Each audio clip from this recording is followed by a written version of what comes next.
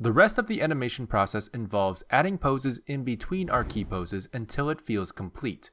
This can be done with full body poses or body part specific poses. I personally like to do a combination of both, so we'll just go ahead and start working at that. Make sure to use reference for this part so you get a good feel of what it should look like and how to adjust your animation accordingly. For that, I'm going to go ahead and drag my movie file here into my scene, which will add it as an empty as before. We'll go ahead and hide the old reference real quick so we can get this one. And I'm going to go ahead and also duplicate it so we get the front view behind the character for our convenience.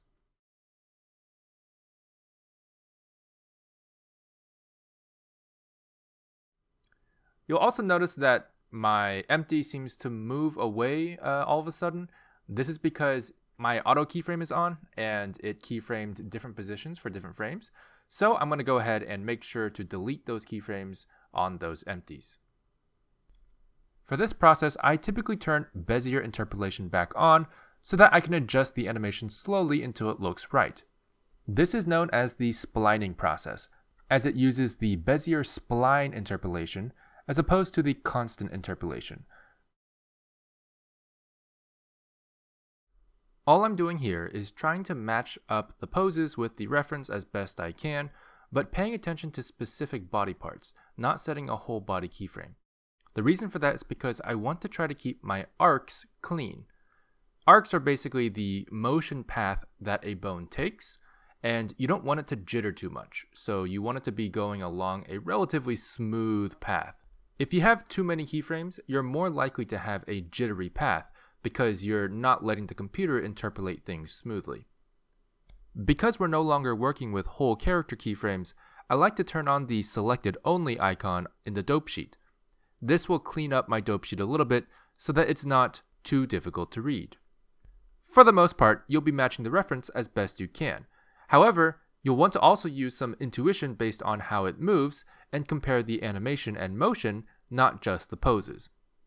I encourage you to do this to start thinking like an animator.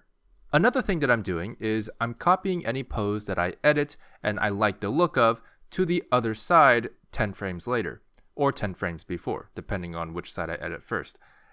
I'm doing this to make sure that my run cycle still looks symmetrical. However, if you want to just edit one side, for example the first 10 frames first, you could do that and then paste the frames from the first 10 frames onto the second 10 frames like we did earlier, but for the whole run cycle.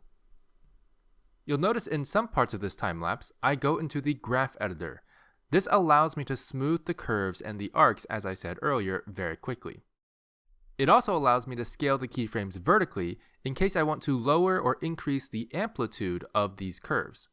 This means I can make my hip, for example, go higher or lower, or have it not move up and down as much at all. Using the graph editor is one of the best ways to edit animation as a whole instead of pose by pose.